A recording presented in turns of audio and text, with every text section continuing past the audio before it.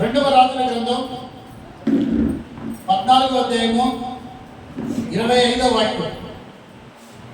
ఈరోజు వాక్య భాగ నిమిత్తమై రెండవ రాజుల గ్రంథం 14వ అధ్యాయము 25వ వాక్యం. ఎవరైనా చదవండి. ఎవరైనా ఒకరు చదవండి. దేవునికి స్తోత్రం. హల్లెలూయా. రెండవ రాజుల గ్రంథం 14వ అధ్యాయము 25వ వాక్యం.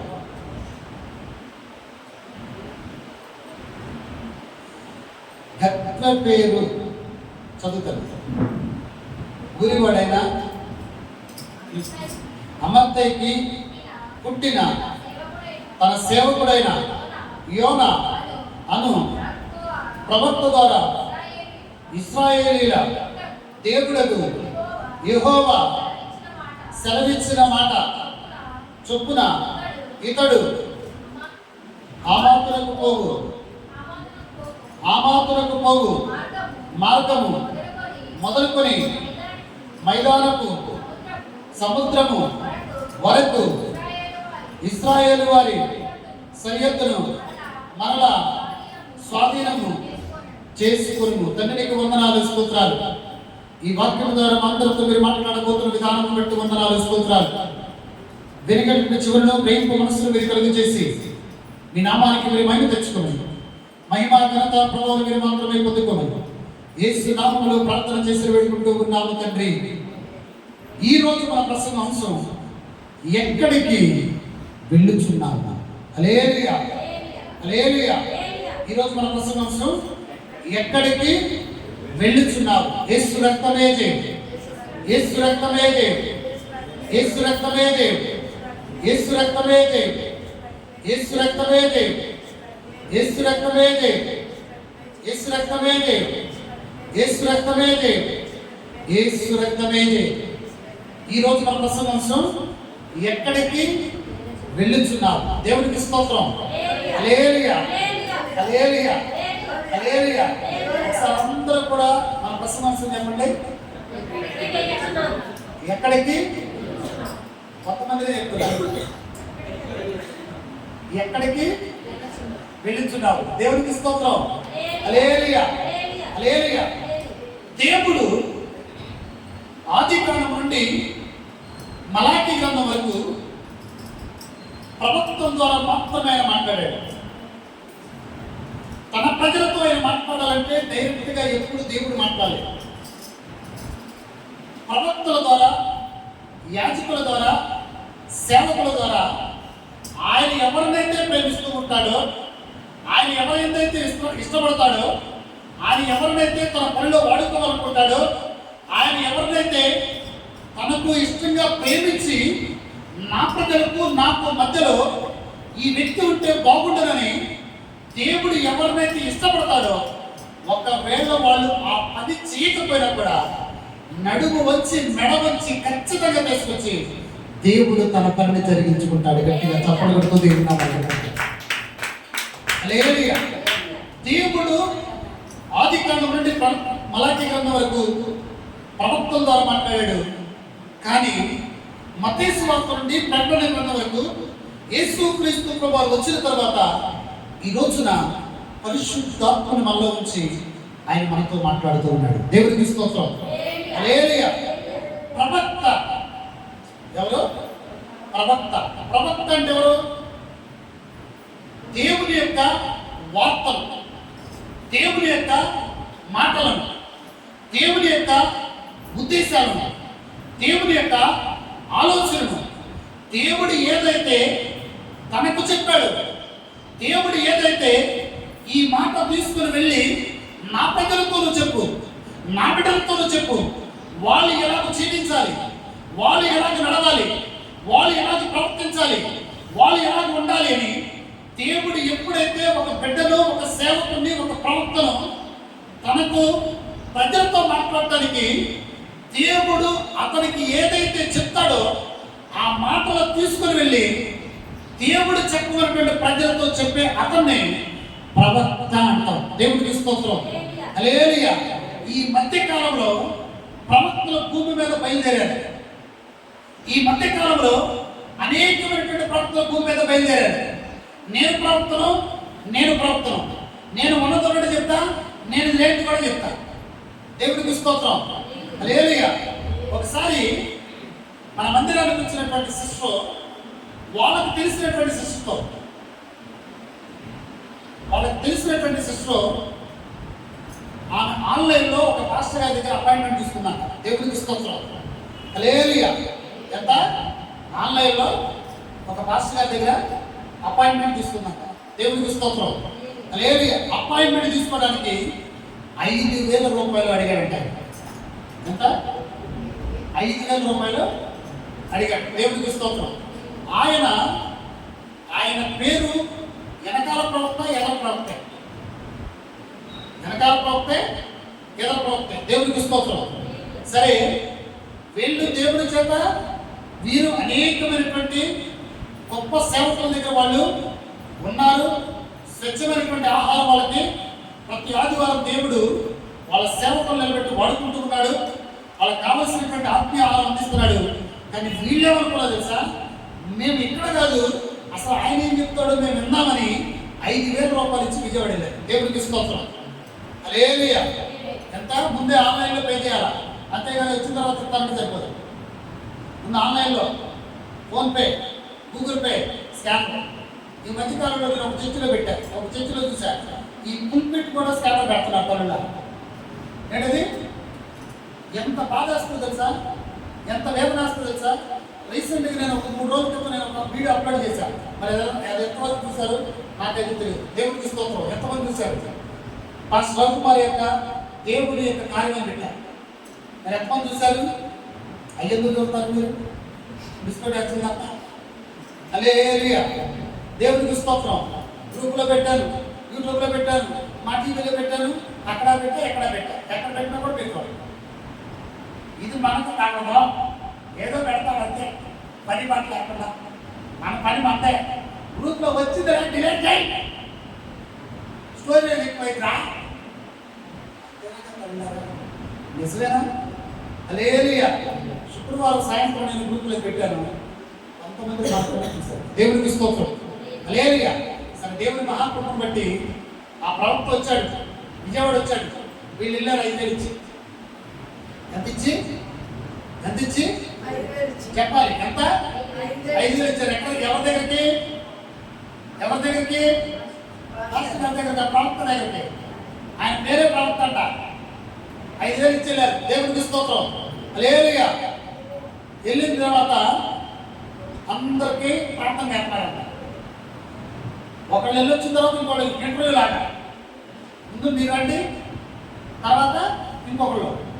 సరే, వెళ్ళిన తర్వాత కూర్చున్నారు. చక్కగా హ్యాపీగా బాగానే ఉంది. ఏదో చెప్పాడంట, ప్రార్థన చేశాడు. వచ్చిన తర్వాత వీళ్ళు అనుకున్నారు, 5,000 రూపాయలతో ఒక కుటుంబం నిలబెట్టుకుందా లేదా? 5,000 రూపాయలతో ఒక కుటుంబం నిలబెట్టుకుందా లేదా? ఉప్పులు కానీ, పప్పులు కానీ, చికెన్ కానీ, మటన్ కానీ ఏం తీసుకొచ్చినా 5,000 రూపాయలు నిండా చక్కగా హ్యాపీగా తింటారు. అవునే కదా? వీళ్ళు అనుకున్నారంట, మనకు వచ్చిన శాలరీ 5,000 రూపాయలు అవసరం తెచ్చుకుంటారు. మన పాస్పోర్ట్ ప్రార్థన చేస్తున్నాడు, ఆయన పైన వచ్చి పెట్టిన ప్రార్థన చేశాడు. గట్టిగా చప్పట్లు కొడుతూ దేవుడున్నామంట. చప్పట్లు కొట్టేది రావట్లేదు. మన పాస్పోర్ట్ ప్రార్థన చేస్తారు, ఆయన కూడా ప్రార్థన చేశాడు. ఆయన ఏదైతే చెప్పాడు నాకేం అర్థం కాలేదు. అనవసరంగా ఏం పోగొట్టుకున్నారు? ఎందుకని? ప్రవక్తని దూరపు పండ్లు నింపని ఆయన ఏదో చెప్తాడని, నా గురించి ఆయన ఏదో చెప్తాడని నీ కళ్ళల్లో చూసి చెప్తానన్నాడంట. ఆయన ఏంటది? నీ కళ్ళల్లో చూసి చెప్తానన్నాడంట. అసలు మామూలుగా వస్తుంటే నీ గురించి చెప్తానన్నాడంట. హల్లెలూయా. ఇలాంటి దొంగ ప్రవక్తలు ఎప్పుడు నమ్ముతుంటారు.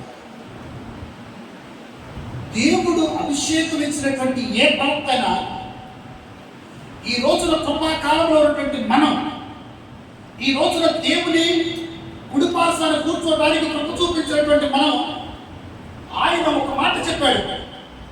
ఏమని చెప్పాడు తెలుసా?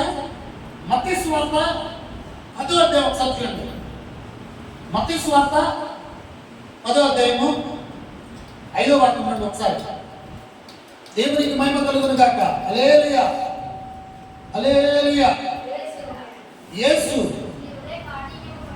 మీ హృదయ కాఠిన్యమును బట్టి మత్తయి సువార్త 10వ అధ్యాయము 5వ వాక్యం నుండి యేసు 12 మందిని పంపుచు చదువుతలే. మత్తయి సువార్త 10వ అధ్యాయము 5వ వాక్యం నుండి యేసు వార్త తీసాము, మాస వార్త తీసాము. అది హల్లెలూయా. తలకాయ కట్టండి, మీరు బైబిల్ తీసుకుంటే పర్లేదు. తలకాయ యేసు ఆ 12 మందిని ఎవరిని?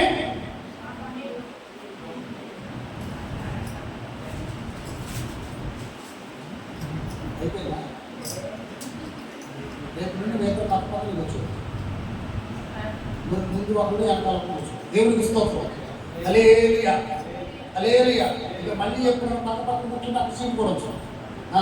యేసు ఆ 12 మందిని పంపుచు వారిని చూచి వారికి ఆజ్ఞాపించినదేమనగా, మీరు అన్యజనుల దారిలోనికి వెళ్ళకుడి, సమరయుల ఏ పట్టణంలోనైనా ప్రవేశింపుడు గాని ఇశ్రాయేలు వంశంలోని నశించిన గొర్రెల యొద్దకే వెళ్ళుడి, వెళ్ళుచు పరలోక రాజ్యము సమీపించి ఉన్నదని ప్రకటించుడి, రోగులను స్వస్థపరచుడి, చనిపోయిన వారిని లేపుడి, కుష్ఠరోగులను శుద్ధులనుగా చేయుడి, దయ్యములను వెళ్ళగొట్టుడి, ఉచితముగా పొందితిరి, ఉచితముగా ఈటుడి. ఇంకో వాక్యం చదువు అందులో 9. మీ సంచులలో బంగారమునైనను వెండినైనను రాగినైనను ప్రయాణము కొరకు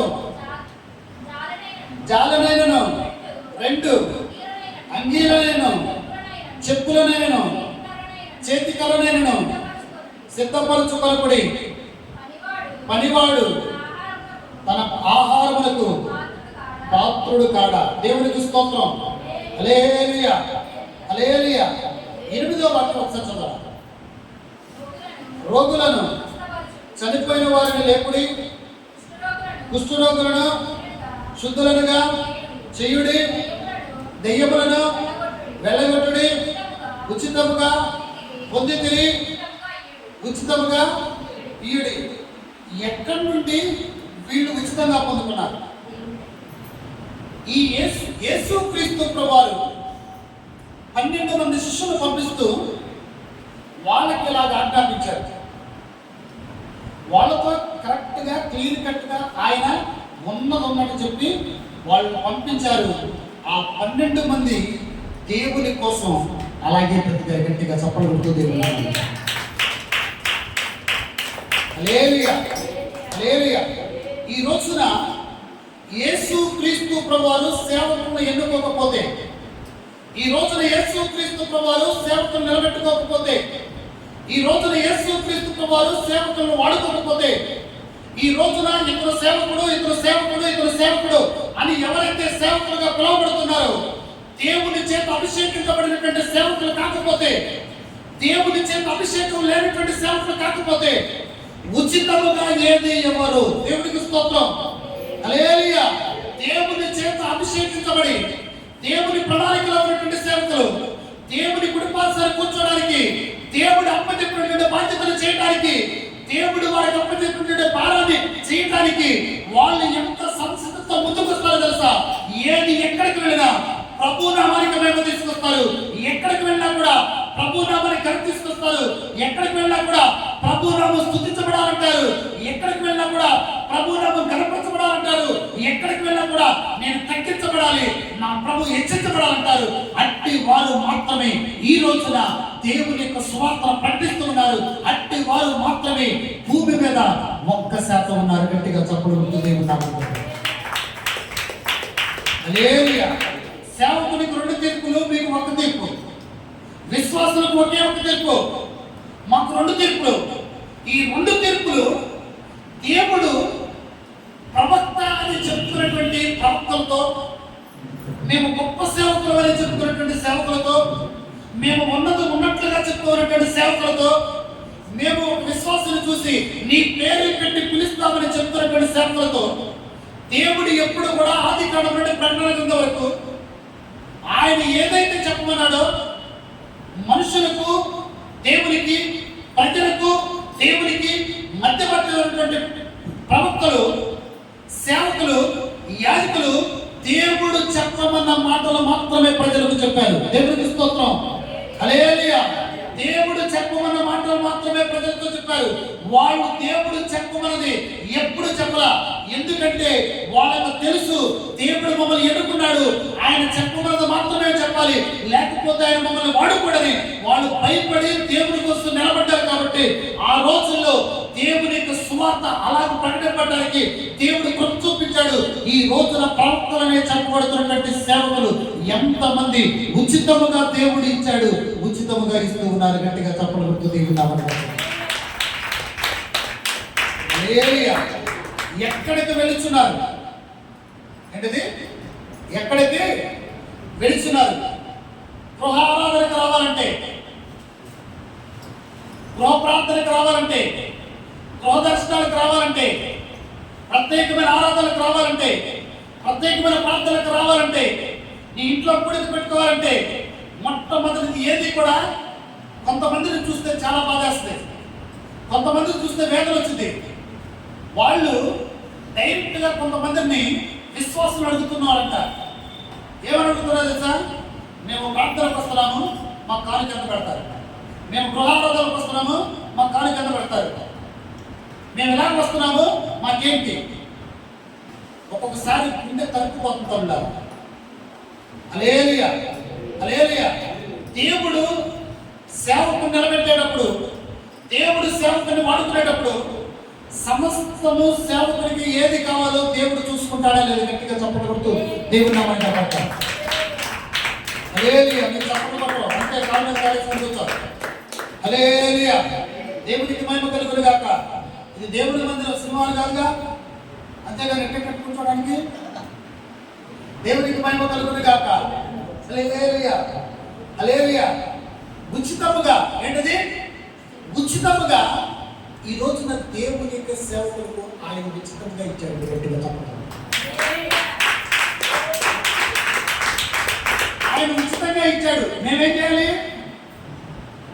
ఉచితంగా ఇవ్వాలి. తనమే చేయబెడితే వందనకూడదు.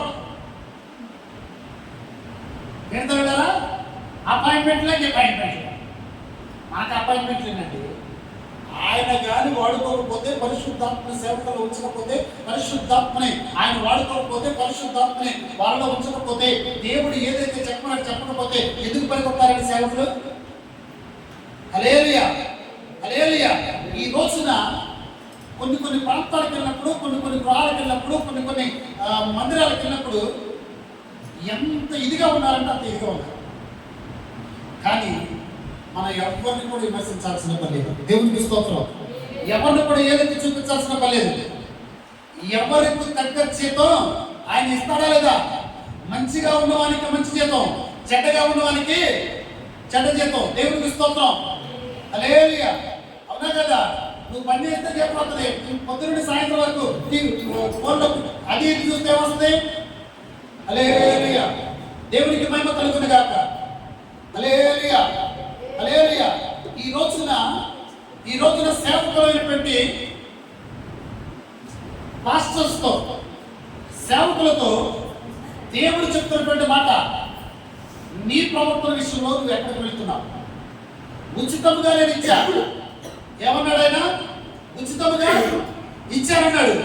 ఉచితముగా ఇవ్వాలి. ఉచితముగా ఇచ్చాడు, ఉచితముగా ఇవ్వాలి.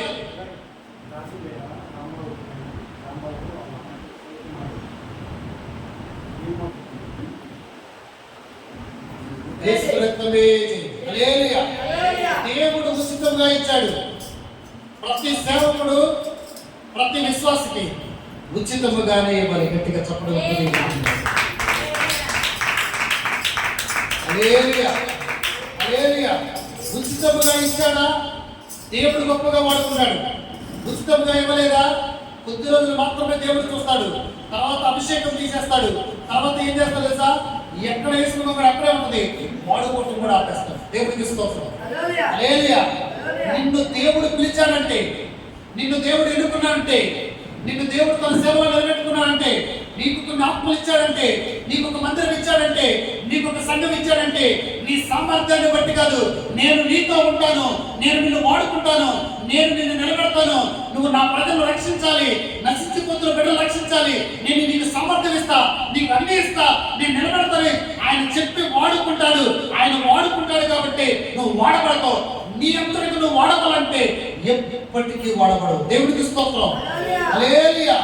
ఈ రోజున యోనా దేవుని చేత అభిషేకం పొందినటువంటి యోనా, ప్రవక్తగా పిలువబడుతున్నటువంటి యోనా ఎక్కడికి వెళ్తున్నాడు తెలుసా? యోనా గ్రంథం 1వ అధ్యాయము 3వ వాక్యం. యోనా గ్రంథం 1వ అధ్యాయం 3వ వాక్యం. సెలవు తీసుకుని వచ్చినట్టున్నాడు పాపం. హల్లెలూయా. యోనా గ్రంథం 1వ అధ్యాయం 3వ వాక్యం. ఆన్లైన్ ప్రేమ లేడంట రాత్రి. హల్లెలూయా. యోనా గ్రంథం 1వ అధ్యాయం 3వ వాక్యం. పేజీలు తిరిగేస్తున్నా తప్ప యోనా గ్రంథం ఎక్కడ కనపడలే. హల్లెలూయా. దేవునికి మహిమ కలుగును గాక. అంతేగా మరి బైబిల్ చదివితే పరుడా. హల్లెలూయా. యోనా గ్రంథం 1వ అధ్యాయం 3వ వాక్యం. కనపడిందా తల్లా? అయితే యెహోవా సన్నిధిలో నుండి తార్షీషుకు పట్టణములకు పారిపోవాలని యోనా ఉప్పేకు పోయి తార్షీషునకు పోవు ఒక ఓడను చూసి ప్రయాణమునకు కేవు ఇచ్చి యెహోవా సన్నిధిలో నిలవగా వరవడితో కూడి తార్షీషునకు పోవుటకు ఓడ ఎక్కను. దేవుడికి స్తోత్రం. హల్లెలూయా. ఒకసారి నాయకుడు దేవుడు యోనాను ఎన్నుకున్నప్పుడు నశించిపోతున్నటువంటి బిడ్డల్ని రక్షించడానికి, సువార్తను ప్రకటించడానికి, ప్రజలు తన తప్పు తిప్పుకోవడానికి దేవుడు యోనాను ఎన్నుకున్నాడు. దేవుడికి స్తోత్రం. హల్లెలూయా. కానీ యోనా ఎక్కడికి వెళ్ళాలి? నినివే పట్టణానికి వెళ్ళాలి. ఎక్కడికి వెళ్తున్నాడు? తార్షీషుకు వెళ్తున్నాడు. దేవుడికి స్తోత్రం. హల్లెలూయా. దేవుడు యోనాను ఒక పని కోసం ఎన్నుకున్నాడు. కానీ యోనా దేవుడు చేయమన్నటువంటి పని చేయకుండా ఇంకో పని చేస్తున్నాడు. దేవుడికి స్తోత్రం. హల్లెలూయా. నినివే పట్టణంలో నశించిపోతున్నటువంటి బిడ్డల కోసం దేవుడు ఎన్నుకున్నాడు. నినివే పట్టణానికి వెళ్ళమన్నాడు. కానీ యోనా నినివే పట్టణానికి వెళ్ళకుండా తార్షీషుకు వెళ్ళే ఓడ ఎక్కాడు. దేవుడికి స్తోత్రం. హల్లెలూయా. తార్షీషుకు వెళ్ళే ఓడ ఎక్కిన తర్వాత అనుకున్నాడు, నన్ను ఎవరు చూడలేదుగా, దేవుడు చూడలేదుగా, ఇక్కడ కనపడలేదుగా, వాళ్ళలోకి రాడుగా ఆయన, వాళ్ళలో నేను లేదు, వాళ్ళలోకి ఆయన దిగడుగా, ఇక్కడ ఎవరు నన్ను గుర్తుపట్టగా అని దాక్కున్నట్టు ఆ నినివే పట్టణానికి వెళ్ళకుండా యోనా తార్షీషుకు వెళ్తున్న సమయంలో దేవుడు ఊరుకుంటాడండి. దేవుడు చూస్తా ఊరుకుంటాడా? ఆ సముద్రం మీద తుఫాను రప్పించాడు. దేవుడికి స్తోత్రం. హల్లెలూయా. తుఫాను రప్పించాడు. తుఫాను రప్పించిన సమయంలో వీళ్ళందరూ అనుకున్నారు, ఇలాంటి తుఫాను ఇప్పటి వరకు మనం ఎక్కడ చూడాల. ఇలాంటి తుఫాను రావడానికి ఈ ఓడలో ఎవడో ఒకడు కారణమై ఉంటాడు. ఇలాంటి తుఫాను మనము పుట్టి పెరిగిన తర్వాత ఇప్పటి వరకు ఇలాంటి తుఫాను చూడాల. ఈ తుఫాను వస్తుందంటే దేవునికి ఉగ్రతలాగా ఉంది, దేవునికి కోపంలాగా ఉంది, దేవుడు మన మీద ఆయన ఉగ్రత చూపిస్తున్నాడేమో అనుకుని ఆ ఓడలో ఉన్న వాళ్ళందరూ కూడా ఒక్క చోటుకు వచ్చి అందరూ కూడా ఒక్కొక్క పేరు రాసి ఆ చీట్లు వేశారంట. దేవుడికి స్తోత్రం. హల్లెలూయా. చీట్లు వేసినోడిని మళ్ళీ ఏం చేస్తారు తెలుసా? ఓడలో నుండి సముద్రంలో పడేస్తారు.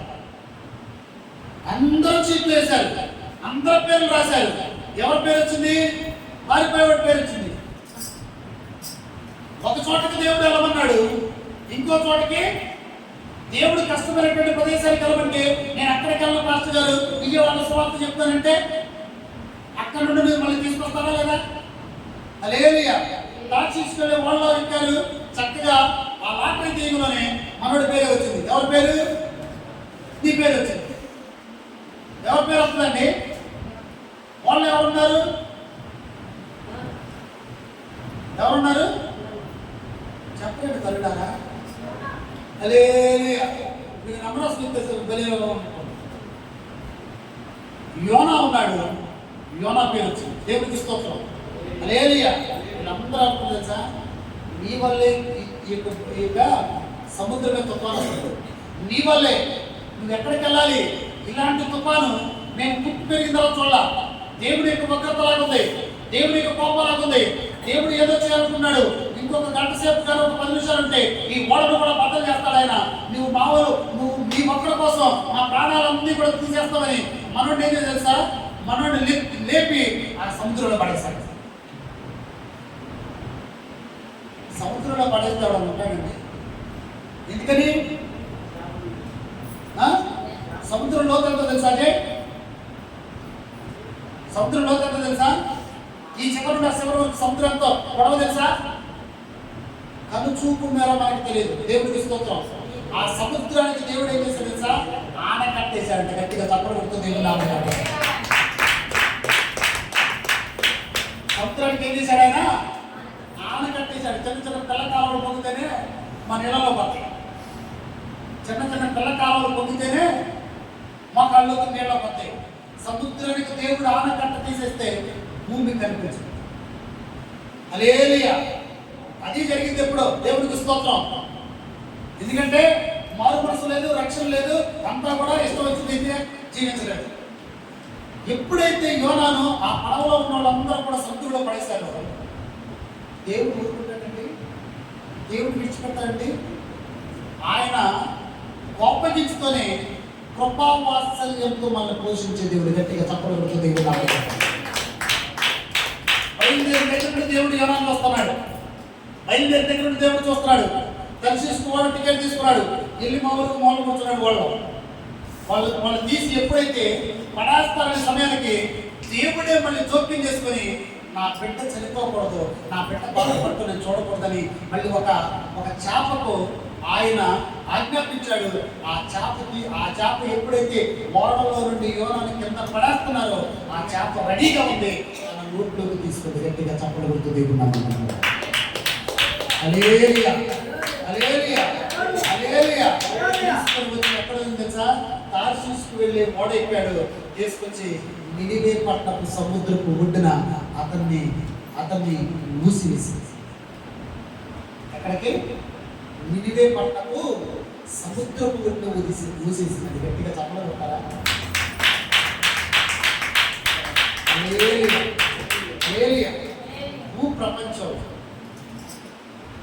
భూప్రపంచంలో మన దేవుడు చేసిన కార్యాలు ఎవరు చేస్తారు? నీకు అర్థం కాదు. పండగ పోతున్నారు. భూప్రపంచంలో రాసిపెట్టు. భూప్రపంచంలో మన ప్రభు చేసిన కార్యాలు, మన దేవుడు చేసిన కార్యాలు ఎక్కడ ఆయన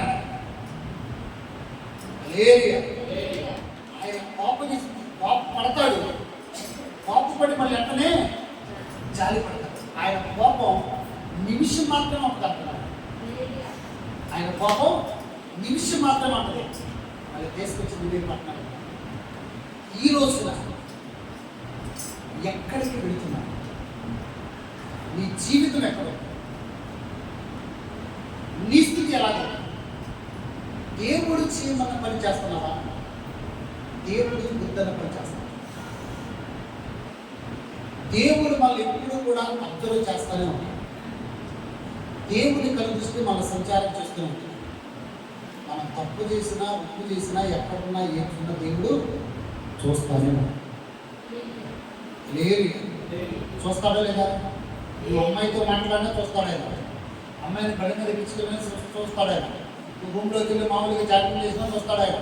ఆ రూమ్లో ఎవరో నువ్వు పో తప్ప ఎవరు అటు కామంటది. కానీ ఆ రూమ్లో కూడా ఆయన కనిపిస్తు రూమ్లో కూడా మీ అమ్మకు తెలియకుండా నువ్వేం చేస్తున్నావు అని చూస్తాడు. ఎక్కడెక్కడ ఎవరు ఎక్కించుకునేదో చూస్తాడు. ఎట్టెడు తిరుగుతున్నావు చూస్తాడు. ఏడాడ థమ్సప్ తాగుతున్నావు చూస్తాడు. ఏడాడ బిర్యానీ తింటున్నాడు చూస్తాడు. ఏడాడ టిక్టాక్ చేస్తున్నావు చూస్తాడు. అన్నీ చూస్తాడు ఆయన. అన్నీ చూస్తా ఏమనుకుంటాడు తెలుసా? ఇతను నా కుమారుడు, నా స్వార్థ ప్రకటిస్తే బాగుండు, నేను చెప్పిన విధంగా నడిస్తే బాగుండు, నేను చెప్పిన విధంగా నడిస్తే నా కుమారుని దీవిస్తానని ఆయన ఉప్పొంగిపోతాడు. కానీ మనం ఏం చేస్తామంటే దేవుని యొక్క ఆలోచన పక్కన పెట్టి, దేవుని యొక్క మాటలు పక్కన పెట్టి, దేవుని యొక్క ఆత్మ పక్కన పెట్టి, దేవుడు చేయమన్న పని చేయకుండా దేవుని చేయమన్న పని చేసుకుంటాం. దేవుడికి స్తోత్రం. హల్లెలూయా. ఇక్కడ నుండైనా మన జీవితాలు మార్చుకోవచ్చు, ఇక్కడ నుండైనా మన పద్ధతులు మార్చుకోకపోతే, ఇక్కడ నుండైనా మనం ఆలోచనలు మార్చుకోకపోతే, ఇక్కడ నుండైనా మన భక్తి మార్చుకోకపోతే, ఇక్కడ నుండైనా దేవుని మీద ఆశ మార్చుకోకపోతే, ఇక్కడ నుండైనా దేవుడి కోసం మనం నిలబడకపోతే ఈ రోజున నువ్వు నిలబడలేవు. కానీ దేవుడు ఇంకొక వ్యక్తిని తీసుకొచ్చిన పెట్టుకుంటాడు. గట్టిగా తప్పబడుతుంది. హల్లెలూయా, హల్లెలూయా. నేను సేవలో వచ్చిన తర్వాత 2020 సంవత్సరం 2019 ఆ టైంలో కొంతమందికి బాప్తిజాలు ఇస్తాను చెప్పాను. ఆ రోజు నానే వచ్చింది. దేవుడు మహాత్మను బట్టి ఒక 3-4 బాప్తిజాలకి రెడీ అయిపోయారు. మొత్తం 5 ఆ రోజు బాప్తిజాలకి. సరే అంతా బట్టలు కొనుక్కున్నారు, ఎక్కడ కొనుక్కున్నారు, అంతా మామూలుగా ఇక్కడ నుండి బయలుదేరు. ఎక్కడికి 3 ఆటోలు పెట్టారు. సార్ బాప్తిజాలకి వెళ్ళేటప్పుడు సార్ ట్రాక్టర్ పెట్టాలి, ఏది ట్రాక్టర్ పెడతాం. దేవుడికి స్తోత్రం. అలేరి అది సంతోషపడి ఎక్కడికి వెళ్తున్నాం? మనం లక్ష్యం పెట్టడానికి వెళ్తున్నాం, దేవుడిని ఒప్పుకోవడానికి వెళ్తున్నాం, దేవుడు చేసిన కార్యాలు ఒప్పుకోవడానికి వెళ్తున్నాం, దేవుడిని మన హృదయంలో ఆయన మనం తీసుకోవడానికి వెళ్తున్నాం. మనము ఈ రోజున రక్షింపబడుతున్నాం. ఇక ఈ లోకంలో ఆ రోజు మనకు ఉన్నటువంటి సంతోషం మళ్ళీ చివరి వరకు అలాగే ఉంటుంది. దేవుడికి స్తోత్రం. హల్లెలూయా. సరే 5 బయలుదేరారు. ఒక ఆయన ఏమన్నాడు తెలుసా? పాస్టర్ గారు మీరు ఎవరైనా మీకంటే నేను ముందుంటాను అన్నాడు. అక్కడ ఆయన బాప్తిజం తీసుకునే ఇతర వ్యక్తి. సరే దేవుడు మహాత్మను బట్టి మేము ఆటోల మీద వెళ్ళాము, ఆయన బలి మీద వస్తామన్నాడు. వెళ్ళాము, ప్రార్థన చేశాము, 4 బాప్తిజం ఇచ్చామండి. ఈయన రాడే విడది, ఈయన రాడే. ఎంతసేపు జ్ఞానంలో ఉంటాను నేను, బయటకు వస్తే చల్లే, లోపల ఉంటేనేమో చేపలు పడతా ఉంటాను. ఎంతసేపు అని అక్కడికి మామూలుగా గుండుకు అది ఇది చేసాం. అయినా కూడా ఈయన ఫోన్ చేస్తాను తెలుసా, నదిలో ఉన్నాం వస్తున్నాను. నేనే కేసు రేట్ దగ్గర వస్తున్నామండి. ఈయన ఎక్కడున్నాడు? నిన్ను నదిలో ఉన్నారు, కొత్త పని కొనుక్కోవడానికి వెళ్ళండి, 2 వీలర్ మార్చడానికి వెళ్ళండి. ఈ రోజే వచ్చింది ఆ సమయం. ఏమంటే 2 వీలర్ మార్చడానికి రోజులు లేవా, నెలలు లేవా? ఆ రోజే వచ్చిందా? అప్పుడే వచ్చిందా? సాయంత్రం వేళ వచ్చుగా, ఉదయం వేళ వచ్చుగా, నువ్వు అసలు బాప్తిజం తీసుకొని చెప్పొచ్చుగా. గంట సేపు కేసు రేట్లో ఉన్నానండి నేను. గట్టిగా తప్పుడు ఉడుతుంది. గంట సేపు వెయిట్ చేశా. వీళ్ళందరూ ఏమంటారు సార్, ఇక రాడి పాస్టర్ గారు వెళ్తామండి. నేనేమంటారు సార్, ఇంకో 10 నిమిషాలు ఉంటే వస్తాడేమో, ఇంకో 10 నిమిషాలు ఉంటే వస్తాడేమో. ఈ లోపల బిస్కెట్ బయట తెప్పించా, మళ్ళీ తమసపు తెప్పించా, తాగండి కూర్చోండి. ఎప్పుడు తెలుసా? గంట మధ్యాహ్నం. ఆ రోజంతా ఉపవాసం పాయాసే. హల్లెలూయా. ఇక్కడ ప్రార్థన చేసుకుని బయలుదేరం చక్కగా. ఏమన్నారు సార్, పాస్టర్ గారు 1 గంట తర్వాత బయలుదేరతానండి. నాకు చూపించింది. నేనేమో పైనేమో అసలే వేసవకాలం, పైన మామూలుగా కట్టకట్టగా, ఇటు పక్క చూస్తే ఇసుక, ఇటు పక్క చూస్తే ఇటుక, చిన్న పాయ, పైన మామూలు కాటా ఉన్నాయి. ఏంటది? ఎవరు చెప్పుకుని నా బాధ? వీళ్ళేం తప్పకుండా ఎవరన్నా పార్టీగా తాగాడే చూసేవాళ్ళు ఉన్నారండి. 1/2 గంట తర్వాత రావటమేంటి? ఎక్కడికి అంటే నువ్వు బాప్తిజం తీసుకోవడానికి ఆల్రెడీ 45 నిమిషాలు అయిపోయింది. ఇంకో 1/2 గంట అంటే గంట సార్లు నీ కోసం వెయిట్ చేయాలా? నేనేమో తెలుసా, 20 నిమిషాలు వెయిట్ చేస్తానన్నా. నేనేమనాలి? వస్తే వస్తావు, రావట్లేదు, 5 నిమిషాలు వెయిట్ చేస్తాను అన్నాడుగా. మనకి ఇచ్చేట్టు కదా నా ఆశ ఏంటి? సరే 1/2 గంట కూడా 5 నిమిషాలు వస్తాడే, ఆత్మ రక్షణ పడింది, బాగుంటుంది అని అట్టాగే మామూలు తడి బట్టలు తగ్గి తిరుగుతాం. మరీ కానీ మళ్ళీ మార్చుకోవడానికి ఉంటుంది, అక్కడ ఉంటుందండి. మళ్ళీ అక్కడికి మళ్ళీ బాప్తిజం ఇవ్వాలి కదా, నీళ్ళలో మునగాలి కదా. 20 నిమిషాలైనా రాట్లా, 25 నిమిషాలు అయింది రాట్లా. వాళ్ళ ఆవిడ ఫోన్ చేస్తుంది, ఆవిడ వస్తారా అంటున్నాడు. ఒకసారి ఫోన్ కలపమ్మా అన్న. ఏంటంటే మమ్మల్ని ఉండమంటారా వెళ్ళమంటారా అన్నంతే. ఎందాక వెయిట్ చేస్తామండి. అదే మీరైతే మామూలుగా ఈ పాస్టర్ గారి పని పాటలేదు, మీరు ఎప్పుడో వచ్చారు. 25 నిమిషాల తర్వాత, దాదాపు గంట 20 నిమిషాల తర్వాత ఎవరు తెలుసా వచ్చి, నేను ఈరోజు బాప్తిసం తీసుకోనండి. ఏమన్నాడు? నేను ఈరోజు బాప్తిసం తీసుకోనండి. నాకు ఎలా ఉంటుందండి? మంచి వార్త చెప్పారండి. అది నేను పట్ల ఏం చేస్తాను కొన్ని నేను వేసుకుంటాను, ప్రార్థన చేసుకుంటాను. నేను ఏమన్నా తెలుసా, ఈరోజు దేవుడు నేను పిలిస్తే నీ పరిస్థితే కాదు. ఈరోజు దేవుడు నేను పిలిస్తే నీ పరిస్థితి అంటారు. అవకాశం వచ్చింది, దేవుడు పిలిచాడు, నువ్వు కూడా రెడీ అయ్యావు. మారు మనసు పొందుకొని దేవుడిని రక్షణ తీసుకోవడం రెడీ అయ్యావు. మమ్మల్ని గంటన్నర అక్కడ వెయిట్ చేయించావు, అయినా పర్లేదు, ఇబ్బంది ఏం లేదు. అవసరం 3 గంటలు కూడా వెయిట్ చేస్తాం. ఎందుకంటే ఒక ఆత్మ రక్షణ పడుతుందంటే దానికి ఆ ఆత్మ రక్షణ పడుతున్నటువంటి ఆ సంతోషం కంటే ఇంకొక సంతోషం మాకు ఉండదు కదా. నువ్వు వచ్చి ఈరోజు నేను తీసుకోవట్లేదంటే ఇచ్చోడు ఎవరికడా ముందు చెప్పాలిగా, వాళ్ళకి ఇచ్చేసి వెళ్ళిపోయేవాళ్ళంగా. దేవుడి ఉగ్రతకు నువ్వు లోనవుతా ఉంది. దేవుడి కోపానికి వచ్చింది జాగ్రత్త. నువ్వు తీసుకోకపోయినా కొట్టే రాజు లేవడు. ఆయనకు నువ్వు రేపు ఖచ్చితంగా లెక్క పెట్టుకోవాలన్నా. దేవుడి మహాత్మను బట్టి 2019 బాప్తిజం తీసుకోవాలా, 2021 చనిపోయాడు. చప్పట్లు కొడతానంటే నేను కొట్టమాలేదుగా అంటే మామూలుగా దేనికి పెడితే దాన్ని చప్పట్లు కొట్టా. హల్లెలూయా హల్లెలూయా. ఎక్కడికి వెళ్తున్నాము, ఎలా ఉంటున్నాము? హల్లెలూయా. రీసెంట్గా నేను అది మీకు చెప్పారో లేదో నాకు తెలియదు, కానీ చిత్తూరులో మనం 2023 సంవత్సరంలో ప్రార్థన ప్రారంభించాం.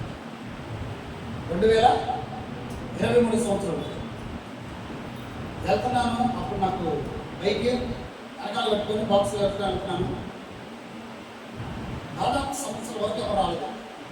తల్లి ఉన్నట్టు పాపం పద్మాని అని పాపం నాకు బాగా ప్రోత్సహించింది. అంటే మాస్టర్ గారు మీరు ప్రతి వారం పెట్టడం బాగుంది.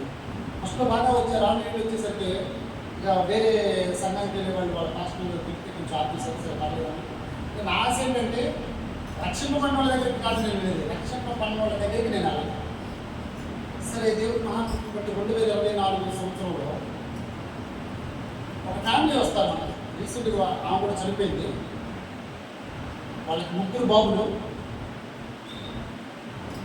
ఆ రోజు ఆదివారం నేను వెళ్ళి ఆ అత్తగారు లేకపోతే కోళ్ళతో ఏమన్నానంటే, అమ్మ ప్రార్థన పెడుతున్నారా, రావాలా, ప్రార్థన కావాలంటే సరే ప్రార్థనకు వచ్చింది. ప్రార్థన అయిపోయిన తర్వాత ఇంటికి వెళ్ళింది. ఇంటికి వెళ్ళేసరికి వాళ్ళ బావగారు వచ్చున్నాడట. వాళ్ళ బావగారికి పెళ్ళి అయిపోయింది, విడాకులు అయిపోయింది, ఆయన కూడా ఉంటాడు. సరే వెళ్ళిన తర్వాత నేను ప్రార్థనకు ఎవరనుకున్నానట. రవికుమార్ పాస్టర్ గారు వచ్చి వాళ్ళు చెప్పండి, నేను వెళ్ళానంట. ఆమె చెప్పాలంటే ప్రార్థన పెడతాను వెళ్ళాము, నా పేరు ఎందుకు చెప్పాలన్నారంట. సరే నేను వెళ్ళాను. నిద్రపోదు అంటే ఆయన ఎవరు పిలవడానికి, ఆయన ఎవరు మన ఇంటికి వెళ్తున్నానంట. ఆయన ఏదో బాగానే ఉందనుకున్నా. సరే నాకు తెలియదు ఈ చిత్రమంతా జరిగిన నాకు తెలియచ్చు. నేను ప్రభువు స్థుతించి ఆరాధించి కనపరిచి చక్కగా పక్షం వాటిని ఇచ్చే తాగేసి వచ్చేసాను. వచ్చిన తర్వాత అంటే ఆదివారం కొంచెం బాగా టైట్ అయిపోతుంది కదా, ఉదయం అక్కడ సాయంత్రం అక్కడ. భోజనం చేసిన తర్వాత నాకు 9:30 నిద్ర పట్టింది. ఏదో 12ంటికి ఫోన్ చేయడం మొదలుపెట్టాడు ఆయన. ఎవరు వాళ్ళ బావగారు. ఏమన్నా తెలుసా, మా ఇంట్లో ఇంటికి వచ్చాడు. మా ఇంటికి రావాల్సిన పని ఉంది. మా ఇంట్లో ఎవరు లేనప్పుడు మా మదర్ని ఎందుకు తీసుకెళ్ళావు? మా మదర్ని ఎందుకు తీసుకెళ్ళావు? అసలు నువ్వేమో మా ఇంట్లో అంటే బ్యాక్ నేనేం చేశాను, ఈ మాటలు లేక ఫోన్ పెట్టేశాను. మళ్ళీ కట్టబడి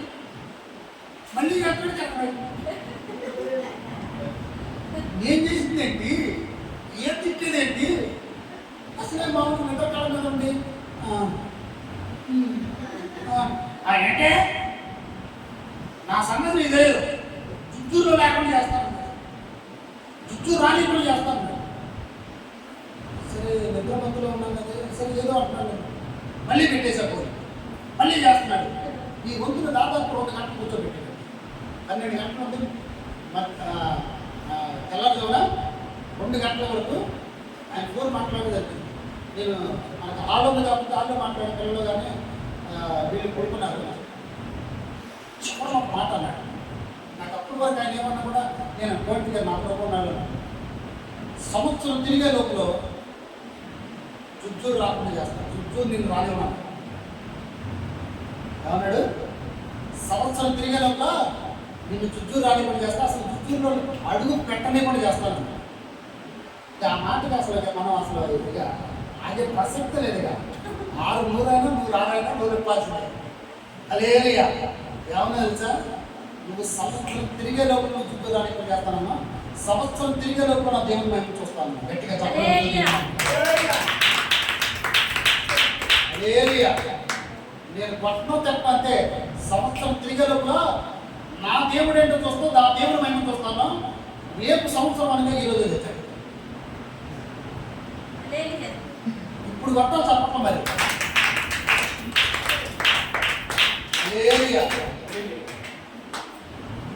అంతేనండి, ఏమైందో తెలియదు.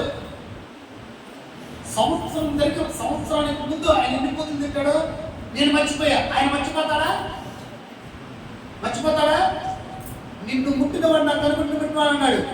ఆ తెల్లారి పొద్దున్నే మన కెమ్మన్నాడుగా, కెమ్తో చెప్పా పంపు వాడు రాత్రి మొత్తం తిట్టాడు, మొత్తం ఇబ్బంది పెట్టాడు, చాలా ఇది చేశాడు, అసలు గందరగోళం చేశాడు అని ఇబ్బంది పెట్టి మళ్ళీ వచ్చే ఆదివారం వెళ్ళి వచ్చే ఆదివారం అలా గొప్ప నాకేమి నాకేమి నాలో ఉన్నాడు లోపల ఉన్నాడు గొప్పవాడు అనుకున్నా. అతను చనిపోయిన వార్త మనం చెప్పారు. మళ్ళీ వెళ్ళి చూసి వచ్చాను. గట్టిగా చెప్పాలి. నేను మర్చిపోయా.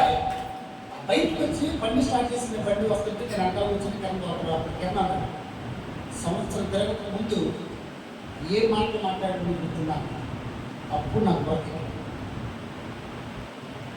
లేదుగా, అప్పుడు బురకెక్కింది. అందుకని సేవకుల విషయంలో, సేవకులు అనే విషయంలో, సేవకుల్ని గౌరవించే విషయంలో, సేవకించే మర్యాద విషయంలో ఒకవేళ సేవకుడు నీకు ఏదైనా ఆటంకం చేసినా, ఒకవేళ తెలుసో తెలియక నీ మనసును బాధ పెట్టినా, ఇబ్బంది పెట్టినా, ఇరుకును పెట్టినా, సమస్య ఇచ్చినా దేవుడే చూసుకుంటాడు లేదు. కానీ ఎప్పుడు కూడా సేవకుల మీద ఒంటి కాలు మీద లేకపోతే గట్టిగా చెప్పడం.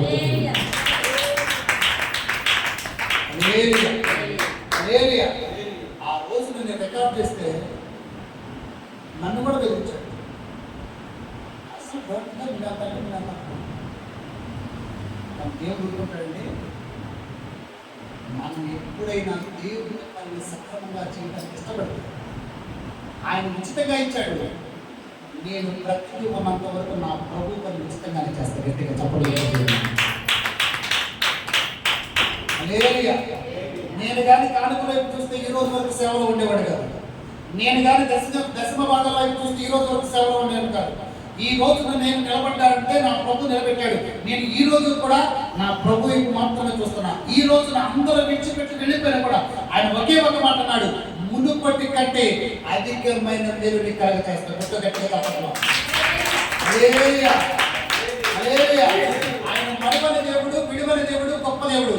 ఈ రోజున మన ప్రయాణ జీవితంలో మనం ఎక్కడికి వెళుతున్నాం, మన స్థితి ఏంటి ఒక్కసారి ఆలోచిస్తే మనం దేవుని దగ్గర ఎన్ని వాగ్దానాలు చేసాం, దేవుని దగ్గర ఎన్ని మాటలు ఇచ్చాం, దేవుడితో ఎన్ని ఒప్పందాలు చేసుకున్నాం, దేవుడితో ఎన్ని వడపట్లు చేసుకున్నాం, అసలు దేవుడితో ఎలాగ ఉన్నాము, ఒకప్పుడు మన స్థితి ఎలా ఉంది, ఇప్పుడు ఎలాగ ఉంది అని ఒక్కసారి ఆలోచించుకుంటే ఖచ్చితంగా దేవుడు మళ్ళీ సరి చేస్తాడు.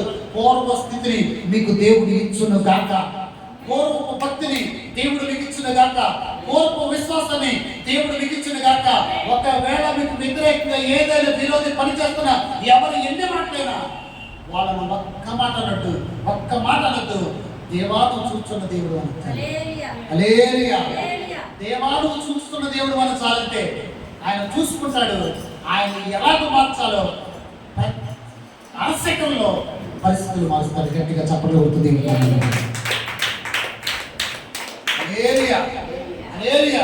మోసము కలిగి జీవించాలి, దేవుని కోసం జీవించాలి, దేవుల్లో జీవించాలి. ఇక్కడ నుండైనా మనము ఎక్కడికి వెళ్తున్నాం అనేది గుర్తు చేసుకుంటే ఖచ్చితంగా ఓడిపోయిన చోటే, పడిపోయిన చోటే, పరిస్థితి బాగోని చోటే, దేవుడు అతలాకుతమైన చోటే నేను ఉన్నానని రుజువుపరుస్తాడు. అది మన దేవుని పాపం. గట్టిగా చెప్పలేదు. హల్లెలూయా. మన ప్రసంగంశం